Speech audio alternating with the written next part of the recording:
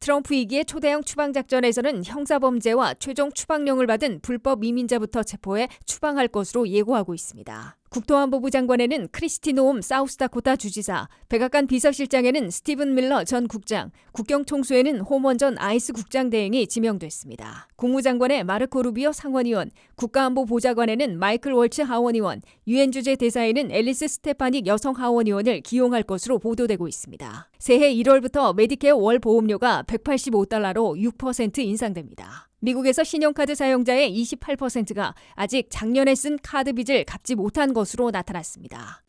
시청자 여러분 안녕하십니까? 워싱턴 뉴스 투데이입니다.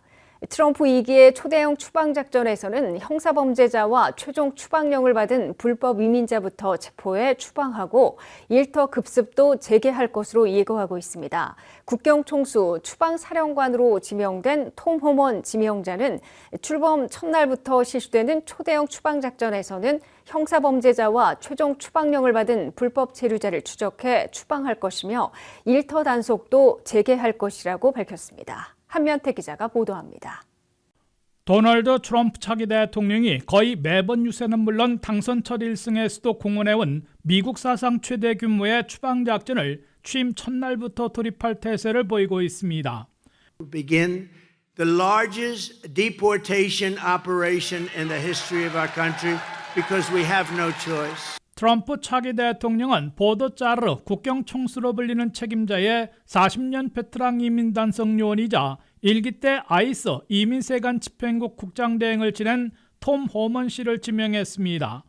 보도 자르로서 국경 통제를 총괄하는 동시에 모든 추방작전의 책임까지 부여해 디포터 인칩 추방사령관 역할을 맡게 될 것으로 확실시되고 있습니다. 톰 호먼 국경총수 지명자는 CBS 뉴스의 60분 프로그램에 출연해 트럼프 초대형 추방작전이 어떻게 전개될지를 미리 예고한 바 있습니다. 첫째, 트럼프 2기 초대형 추방작전에서는 특정 타겟으로 형사범죄자 최종 추방령을 받은 이민자들부터 추적 체포해 출신국으로 신속 추방하게 될 것으로 톰 호먼 국경총수 내정자는 밝혔습니다. Targeted arrest. We'll know who we're going to arrest, where we're most likely to find them based on numerous investigative processes. My priorities are public safety threats and national security threats first. 현재 이민법원으로부터 최종 추방 명령을 받은 이민자들은 360만여 명이나 되고 그중에서 형사범죄자들은 한 해 평균 10만 명 안팎씩 체포 추방돼 왔습니다. JD 벤스 차기 부통령은 미국 내 불법 이민자들을 한 해에 100만 명씩 추방하는 게 실질적인 목표가 될 것이라고 언급한 바 있습니다. 둘째, 트럼프 2기 추방작전에서는 국경 단속과 동시에 미국 내부 이민 단속에 초점을 맞추고 일터 단속을 통해 불법으로 일하고 있는 이민 노동자들을 포착하는 작전도 재개할 것으로 톰 호먼 국경총수 내정자는 강조했습니다. I don't use the term raids, but you're probably talking about worksite enforcement operations, which this administration pretty much stopped. Enforcement operations just not about people who's working illegally in the country and companies that hire them that's going to undercut their competition that has U.S. citizen employees. 톰 호먼 내정자는 일터로 쳐들어가는 일터 급습으로 부르지는 않겠지만은 불법 노동자들을 가려내야 값싼 불법 노동력에 의존하는 미국 내 업주들의 잘못된 관행도 고칠 수 있어 일터 작전도 재개하려 한다고 밝혔습니다.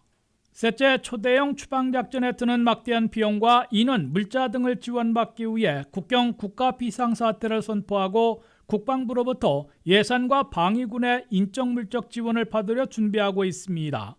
트럼프 이민정책을 설계해온 스티븐 밀러 전 백악관 국내정책보좌관은 연방 이민단속 요원들이 추방 대상자들을 단속해오면 미군 부대 안에 설치할 임시 디텐션 센터에서 일시 영유하거나 국가방위군에게 인계해 군 수송기편으로 신속 추방하게 될 것으로 예고했습니다. So you grab illegal immigrants and then you move them to the staging grounds, and that's where the planes are waiting for federal law enforcement to then move those illegals home. You deputize the National Guard to carry out immigration enforcement. 넷째, 트럼프 2기의 초대형 추방작전에서는 대대적인 이민 단속으로 1,100만 불법 이민자들 중에 상당수가 스스로 본국으로 귀국하는 자진 출국을 최대한 유도한다는 방침으로 월스트리트저널은 보도했습니다. 이를 위해 자진 출국하는 불법 이민자들에 대해서는 3년 내지 10년이나 미국 재입국을 금지하는 처벌을 하지 않고 본국에서 합법 미국 비자를 신청해 다시 올 수 있게 허용할 방침인 것으로 월스트리트저널은 전했습니다. 하지만 트럼프 2기 초대형 불법 이민 추방 작전에서는 크게 3가지 부작용과 역풍이 우려되고 있어 이에 대한 대비책까지 세워 추진할지 예의주시되고 있습니다. 하나는 한 해에 100만 명씩 추방하는데 880억 달러나 소요될 것이라는 막대한 비용 문제에 직면하게 됩니다. 다른 하나는 대대적인 이민 단속이 개시됐다는 소식만 듣고도 불법 노동자들이 일순간 대거 잠적할 게 분명해 건설 현장이나 농장, 육가공 공장, 호텔, 식당, 청소업종 등 3D 업종에서 연간 1조 7천억 달러나 경제 손실을 입을 것으로 경고받고 있습니다. 그리고 1100만 불법 이민자들의 80%나 10년 이상 거주해온 장기 체류자들이어서 상당수는 미국서 태어난 시민권자 자녀를 두고 있기 때문에 강제로 가정 이별시킨다는 인도적 논란을 불러일으킬 것으로 보입니다. WKTV 뉴스 한면택입니다. 트럼프 2기 행정부에서 이민 정책을 총괄 지휘할 국토안보부 장관, 백악관에서 컨트롤타워 역할을 할 비서실 차장, 추방사령관 역할을 맡을 국경총수의 진용이 확정됐습니다. 국토안보부 장관에는 크리스티 노엄 사우스다코타 주지사, 백악관 비서실 차장에는 이민정책 설계사인 스티븐 밀러 전 국장, 추방사령관 역할을 맡을 국경총수에는 호먼 전 아이스 국장 대행이 지명됐습니다. 도널드 트럼프 차기 대통령이 사상 최대 규모의 불법 체류자 추방을 비롯한 강경 이민 정책을 실행하기 위한 총괄 지휘관, 백악관 컨트롤타워, 일선 추방사령관 등 핵심 진용을 가장 먼저 갖췄습니다. 이민 정책을 총괄 지휘하는 국토안보부 장관에는 크리스티 노엄 사우스다코타 주지사가 내정됐습니다. 노엄 주지사는 가장 강력하게 트럼프 후보를 지지하고 옹호해와 최강 충성파로 꼽히고 있습니다. 그녀는 특히 이번 대선에서 트럼프 후보가 러닝메이트인 부통령 후보로 고려했을 정도로 최측근 인사로 보입니다. 크리스티 노엄 국토안보부 장관 내정자는 살인, 강도, 성폭행 등 범죄를 저지른 불법 체류자 전원을 체포해 추방해야 한다며 트럼프 차기 대통령과 똑같은 입장을 공개 발언해왔습니다. 노엄 내정자는 자신의 회고록에서 큰 개를 총으로 쐈던 사태를 기술했다가 큰 역풍을 불러일으켰는데 아이들을 공격하려 해서 자기 방어를 위해 쏜 것이라고 해명하고 트럼프 후보 측에도 이미 설명해 이해를 구했다고 밝혔습니다. 이민 정책에 관한 한 설계와 조율, 통제를 맡을 백악관 컨트롤타워 역할은 스티븐 밀러 전 국내정책국장이 한 단계 승진해 백악관 비서실 정책 담당 차장으로 복귀합니다. 스티븐 밀러 백악관 비서실 차장 내정자는 트럼프 1기 때에도 오바마 행정부에서 처음 실행했던 이민가족 분리 등을 실행해 논란을 샀던 초강경 이민 정책을 설계하고 실행하는 데 앞장섰던 인물입니다. 1년에 최소 100만 명 이상씩 불법 체류자들을 추적 체포하고 신속 추방하려는 트럼프 2기의 초대형 추방 작전을 진두지휘할 책임자로는 보더자르, 즉 국경총수라는 직책으로 톰 호먼 전 아이스 국장 대행이 기용됐습니다. 톰 호먼 국경총수는 뉴욕 경찰과 국경순찰대, 이민단속 요원 등으로 평생을 일해온 40년 베테랑 이민단속 전문가로 꼽히고 있습니다. 톰 호먼 국경총수는 트럼프 1기 때에는 미국 내 이민단속을 전담하고 있는 아이스, 즉 이민세관집행국의 국장 대행을 맡았습니다. 톰 호먼 국경총수는 국경 통제에 그치지 않고 모든 추방 작전을 진두지휘하는 역할을 맡아 추방사령관으로 불리고 있습니다. 국무장관에는 마이크 루비오 상원의원, 국가안보 보좌관에는 마이클 월츠 하원의원, 유엔 주재 대사에는 앨리스 스테파닉 하원의원을 기용할 것으로 보도되고 있습니다. 마이크 루비오 상원의원은 우크라이나 전쟁 조기 종식, 반쿠바, 반중국, 반이란 강경 입장으로 주파수를 맞추고 있고, 마이클 월츠 국가안보 보좌관 내정자는 반중국 법안들을 마련하는 데 앞장서 왔습니다. 한면택 기자의 보도입니다. 도널드 트럼프 차기 대통령이 2기 내각을 구축하면서 외교안보팀부터 결정하고 있습니다. 외교안보팀의 좌장 역할을 할 국무장관에는 쿠바계인 마르코 루비오 연방상원의원을 기용할 것으로 미 언론들이 보도하고 있습니다. 마르코 루비오 국무장관 내정자는 2016년 대선에서 라이벌이었다가 이번 대선에서는 막판까지 누구보다 앞장서 트럼프 당선을 도왔으며 올해 53세인데도 벌써 3선 연방상원의원을 역임하며 지구촌에 널리 알려진 유명 정치인으로 꼽히고 있습니다. We want an America that dreams big again. And for that, we need to elect Donald Trump. That's the stake in this election. 루비오 상원의원은 당초 우크라 지원에 적극적이었다가 최근에는 가능한 한 초기에 전쟁을 끝내야 한다는 입장으로 트럼프 차기 대통령과 주파수를 맞추고 있으며 쿠바와 중국, 이란 등에는 강경한 태도를 취하고 있습니다. 외교안보팀에서 핵심 역할을 맡을 백악관 국가안보보좌관에는 플로리다 출신 마이클 월츠 연방 하원의원이 기용될 것으로 미 언론들이 보도했습니다. 마이클 월츠 하원의원은 연방 하원에서 중국 태스크포스를 이끌면서 반중국 법안들을 마련하는 데 앞장서와 트럼프 2기 백악관에서 반중국 정책들을 주도할 것으로 예고되고 있습니다. Let's end this war in Ukraine. Let's pivot to deal with China. Let's secure our border. Let's rebuild our military. 월츠 하원의원은 첨단 원자재 가운데 핵심 광물들의 중국 의존도를 획기적으로 줄이고 중국 공산당이 유학생들을 미국에 보내 스파이 활동을 하려는 것으로 간주하고 유학생 침투를 강력히 차단하는 조치 등 반중국 법안들을 마련하는 데 앞장서 왔습니다. 이로 미루어 트럼프 2기에서는 대만 문제 등 안보, 관세와 무역 등 경제 문제를 놓고 중국의 도전과 부상을 전방위로 저지하며 압박하는 대중국 정책을 더 강화해 나갈 것으로 확실시되고 있습니다. 이 앞서 트럼프 차기 대통령은 유엔 주재 미국 대사에 앨리스 스테파닉 여성 하원의원을 내정했습니다. 스테파닉 유엔 대사 지명자는 1984년생 올해 40세로 10년 전인 2014년에 뉴욕주에서 30세로 최연소 하원의원에 당선됐으며 처음에는 중도 운동파였다가 강력한 트럼프 옹호파로 변해 있습니다.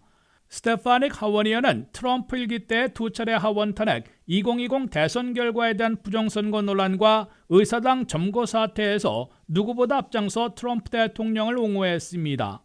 공화당 하원의 서열 4위인 하원의원총회 의장을 맡고 있는데 반트럼프로 널리 알려진 리즈 체니를 몰아내고 차지한 것이어서 친트럼프 반체니의 선봉장으로 꼽혀왔습니다. 스테파닉 하원의원은 특히 중동 사태와 관련해 아랍 이슬람 학생들의 반유대 격렬 시위를 적극 막지 않았다며 청문회에서 아이비리그 대학 총장들을 집중 성토해 유펜 등 대학 총장들이 사임하는 사태를 주도한 바 있습니다. WKTV 뉴스 한면택입니다. 새해 1월부터 메디케어 보험료가 6% 인상됩니다. 메디케어 메디케이드 서비스 센터 CMS는 이에 따라 월 보험료가 $185로 오르게 된다고 발표했습니다. 다만 연소득에 따라 보험료가 달라질 수는 있지만 대부분의 수혜자들의 의료 서비스 비용 부담이 증가할 것으로 예상됩니다. 류령아 기자가 보도합니다.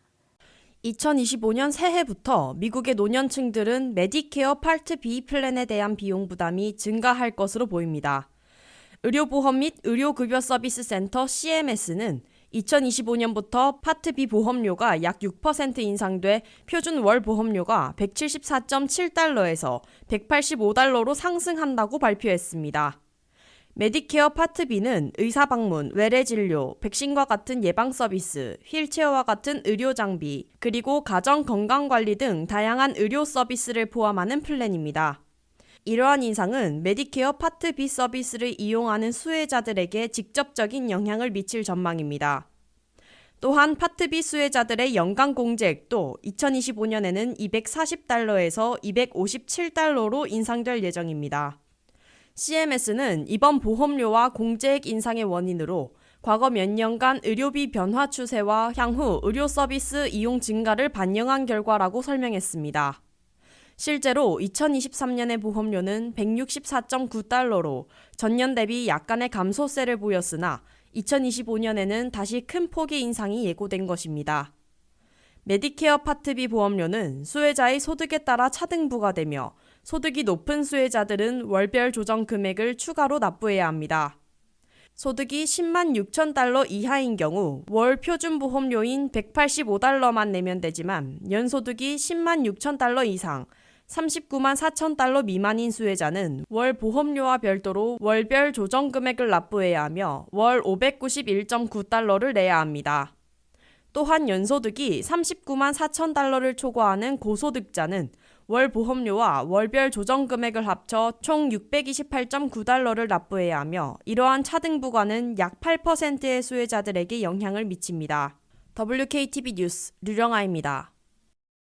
연말연시가 다가오면서 여행과 쇼핑으로 지갑을 열고 있는 미국민들이 늘어나고 있습니다. 하지만 할러데이 휴가철 신용카드 사용자의 28%는 아직 작년에 쓴 카드 빚을 갚지 못한 것으로 나타났습니다. 김미영 기자의 보도입니다. 연말연시 성수기를 앞두고 미국민은 아직도 2023년의 휴가 빚을 갚고 있습니다. 미국민들은 휴가철 과소비하는 경향이 있는 것으로 나타났습니다. 널드월렛의 지출보고서에 따르면 휴가철 신용카드를 사용한 쇼핑객의 28%가 카드빚을 갚지 않았습니다. 하지만 이는 2023년에 비하면 개선된 수치입니다. 2023년에는 신용카드 사용자의 31%가 전년도 빚을 갚지 못했습니다. 트랜스유니온이 화요일에 발표한 보고서에 따르면 신용카드 잔액 증가율도 둔화되었습니다. 전체 신용카드 잔액은 2022년 3분기에서 2023년 3분기까지 전년 대비 15% 급증했으나 올해 3분기 말에는 불과 6.9% 증가했습니다. 또한 소비자 1명당 평균 잔액은 현재 6,329달러로 전년 대비 4.8% 상승했습니다. 전년에는 11.2%, 그 전해에는 12.4% 상승한 것에 비하면 저조한 수치입니다. 하지만 미국민들은 신용카드 부채 관리 측면에서 이전보다 더 나은 성과를 보이고 있습니다. 트랜스유니온은 최근 임금 상승과 낮은 인플레이션이 소비자들을 재정적 균형으로 이끌고 있을 수 있다고 말했습니다. 이는 사람들이 팬데믹 이후의 삶에 익숙해지고 있고 최근 몇 달 동안 인플레이션이 정상 수준으로 돌아오면서 소비자들이 생계를 위해 신용상품에 의존할 가능성이 낮아졌기 때문으로 보입니다. 전미 소매연합에 따르면 11월 1일과 12월 31일 사이의 지출은 9,795억 달러에서 9,890억 달러로 역대 최대 규모로 늘어날 것으로 예상되고 있습니다. 쇼핑객들은 평균 1,778달러를 지출할 것으로 추정되며 이는 작년 대비 8% 증가한 수치라고 딜로이트의 홀리데이 리테일 조사에서 나타났습니다. 또한 이 중 약 4분의 3인 74%의 소비자가 구매에 신용카드를 사용할 계획입니다. 널드월렛의 한 전문가는 작년에 신용카드 빚이 있다면 가장 먼저 할 수 있는 일은 이자를 낮추는 방법을 찾는 것이라고 덧붙였습니다. 고금리 신용카드로 빚을 갚는다면 빚의 규모에 따라 수백 달러에서 수천 달러의 이자 지불을 절약하는 데 도움이 될 수 있습니다. 하지만 우선적으로 양호한 신용등급이 있어야 하며 이체하는 잔액의 3%에서 5%의 수수료가 붙을 수 있음을 주의해야 합니다. WKTV 뉴스 김미현입니다. 이상으로 워싱턴 뉴스투데이를 마치겠습니다. 시청해주신 여러분 고맙습니다.